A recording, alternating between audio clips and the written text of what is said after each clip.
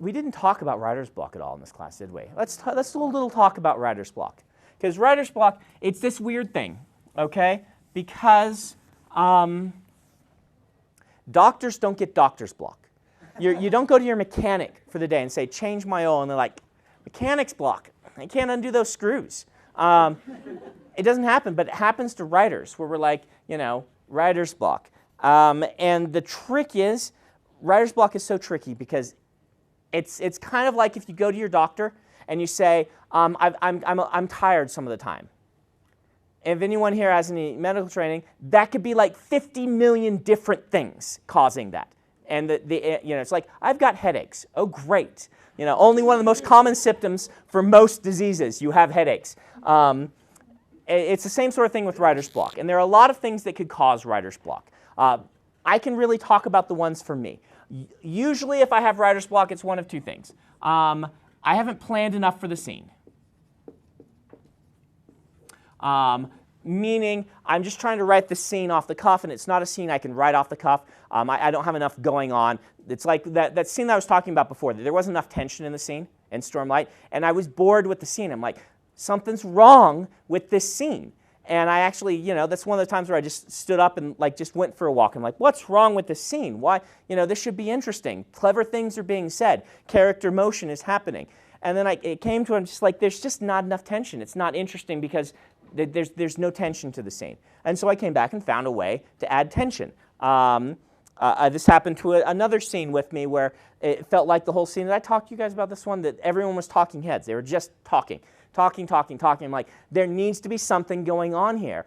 What can I do to make this scene more interesting? And I needed to have the characters doing things. I gave one of them a dart gun to blow darts at the wall because they're a hunter. And they're practicing with their darts. I think I talked about that. But so these are things that we were it just added a nice visual. It's a character thing, something visual we can see. He wants to use the dart gun so he can actually hunt the way that it's meant to be done. It tells us about the character. Plus then there's a character where, you're standing in a room with this person blowing darts and they're passing by you kind of too close, making you uncomfortable. There's more tension to the scene.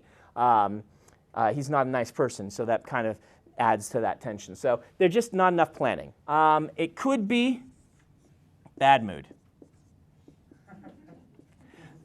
This one doesn't happen to me a lot. I'm not a terribly moody person, but it does happen, where just something cruddy has happened in your life, or you've got a cold, or it's allergy season, or something cruddy is happening, and you're just in a bad mood, and you don't want to write.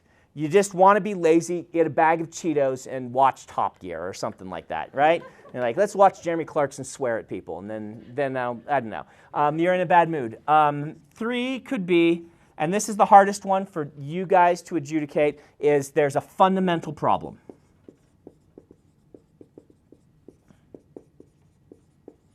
That is persistent in something that you're doing, that your subconscious as a writer is telling you, something's off here, buddy. This is just not working. I've talked to you before, writing, you learn to write by instinct. You learn to write like a baseball player hits a baseball.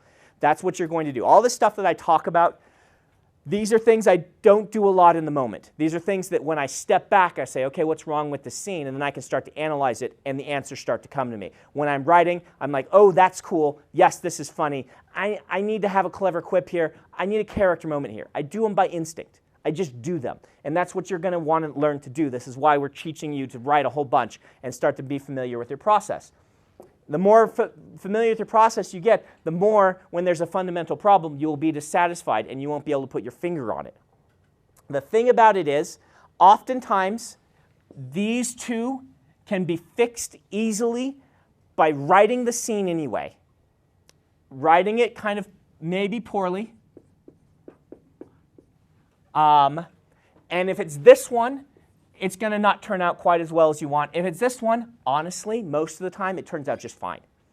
Like, I had a big conversation with Cory Doctorow about this once where he's like, people, you will find that you will write these scenes that when you're in a foul mood, that you're like, this is the worst scene ever. And that those will be one of people's favorite scenes. This happened to Robert Jordan a lot, too, he'd say.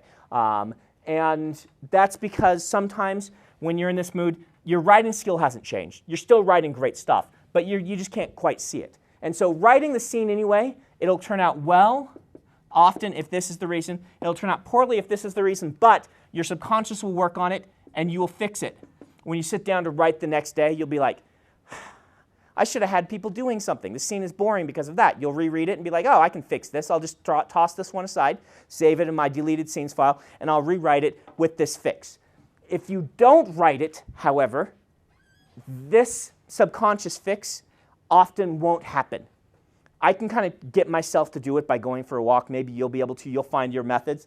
But usually, particularly early in my career, even still, this is the thing to do, is start writing that scene poorly. Like when I was writing the scene right at the beginning, I didn't stop after a paragraph. I got like 10 pages in. And I'm like, yeah, what is wrong with this? And having done it poorly, I could then go back and add the change to it. If I hadn't written it, then maybe I wouldn't have been able to do that. The other thing to do is to add some more planning. If a scene isn't working, try a new setting.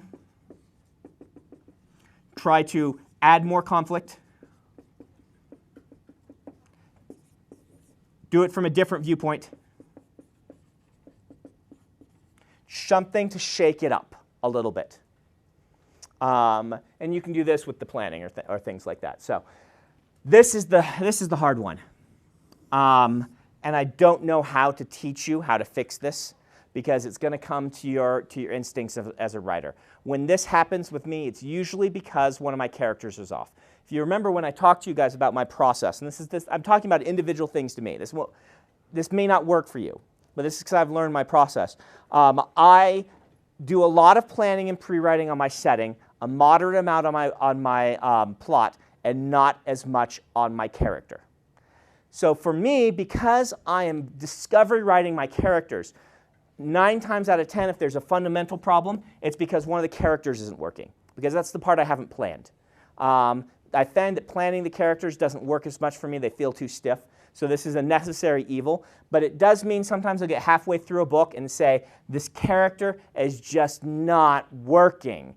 There's a fundamental problem, and I can't continue writing this character poorly because I'm magnifying the faults of the book. And at that point, I actually go back and I do a revision. It's one of the few times where I'll do a major revision of a book that's not finished, when I have to rip out a character and replace them somehow. I did this with Sazed in Mistborn 3. The character was not working, and I did halfway through the book a complete rip out and rewrite of that character. It happened to Elend in book 2 also. It's something that I have to do sometimes. If you come back to a scene the next day and you're like, oh, this scene isn't very good, I know what I need to do, is it better to do like an entirely new rewrite or to try and edit? That depends on your process. Some people do much better with an entirely new edit. Discovery writers tend to do better with a new edit. Outliners tend to do better with a just fix. But resist the urge to edit too much as you're going. Sometimes you want to fix that scene and just feel like this is awesome. But if you do that 4 times, move on, probably, would be my suggestion.